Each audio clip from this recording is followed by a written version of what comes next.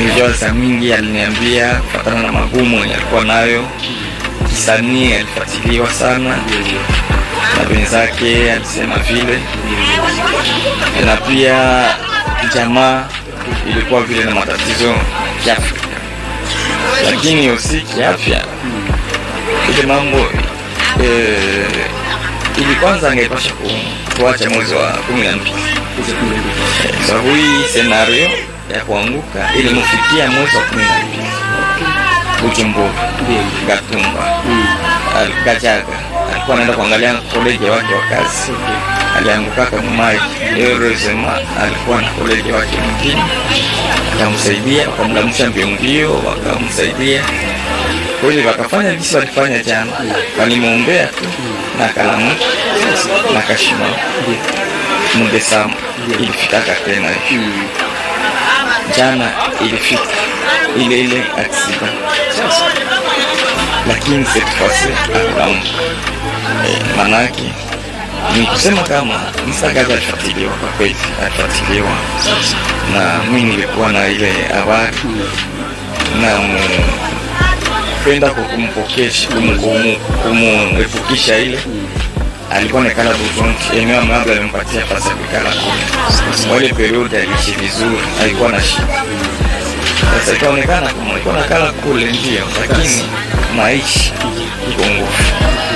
Akapendana na dada Brianna Brissets. Kati alipendana na Brianna Brissets, inakuwa wakati ya kufanya mariage na mpenda tunaminda atatoa mali, nitafanya Brissets. Akaleta karte, mwenye akaleta condition, akasema tutaoana na hii kazi ya usanii taishaje, mupatie kazi. Akamwambia unajua masomo yake, unajua niveau yake tu sana. Ikabidi nikamuuliza, akaitika, akasema mimi najua kazi kwa kazi. Kwa mtu wa bidii kweli nani kazi. Alianza kazi, nilikuwa kwa masomo kwa chini bensi, na alianza kujikaza kuchukua kazi. Objectif yetu ile wakati ilikuwa aanze kutumika ili afanye mariage au Brianna. Alikuwa anampenda sana Brianna.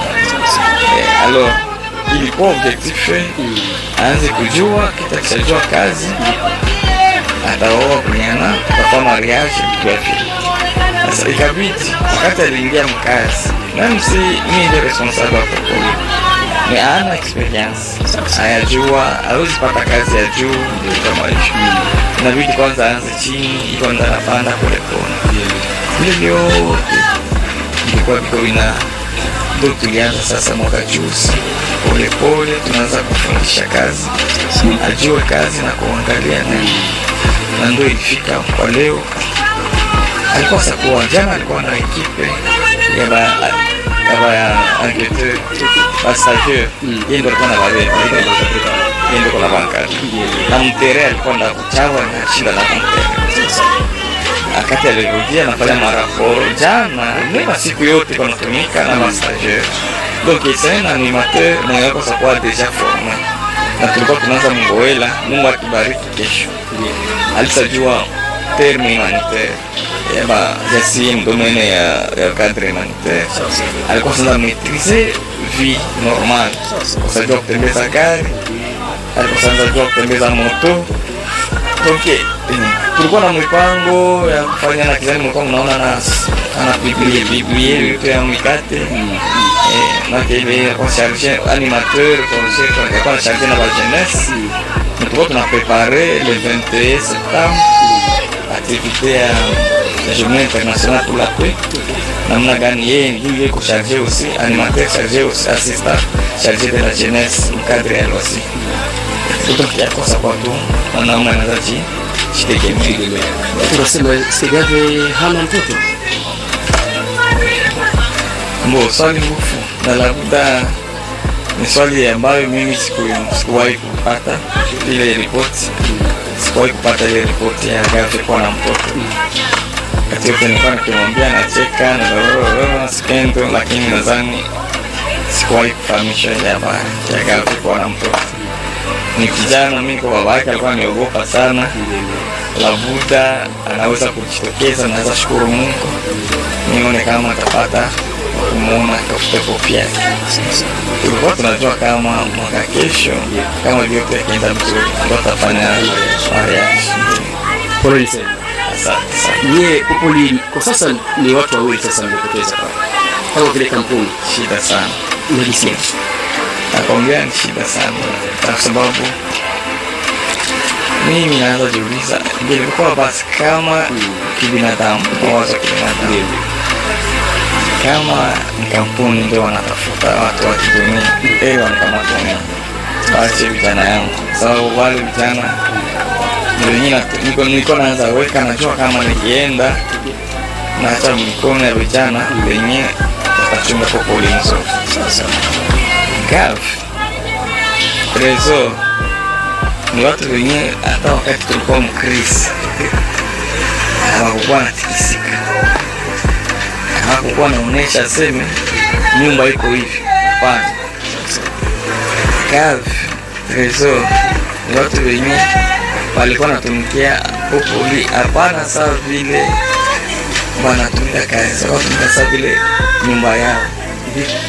Mimi wananigusa kuro nani kukuro kabisa. Hii vifo mbili inafika wakati yenye ningali natafuta kupata kimini, wananiacha. Walikuwa rafiki na mdogo wangu wa nyuma wangu kule Ushitisia, alikuwa rafiki vile na ndio vile walikuwa tu wananiona sababu ya baba yao. Donc inasikitisha na sijui wanagusia pale kama nikugusa, lakini kama ni mapenzi ya Mungu naye, lakini nauma kusikia kama mtu anaenda kugusa pale pale kwenye roho yangu. Ilikosa kuwa matumaini yangu jugavi ilikuwa ukimwita 23 minuit saa ngapi, saa yote atafika, saa yote tamtuma fasi yote bila kunituma.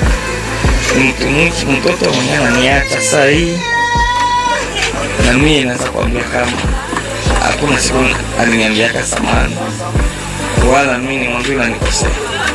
Yani hakuna siku tulikosanaka. Wanasemaka watu wanakosanaka, lakini hakuna siku, sina ile ya bwana sikumuonaka ile wakati.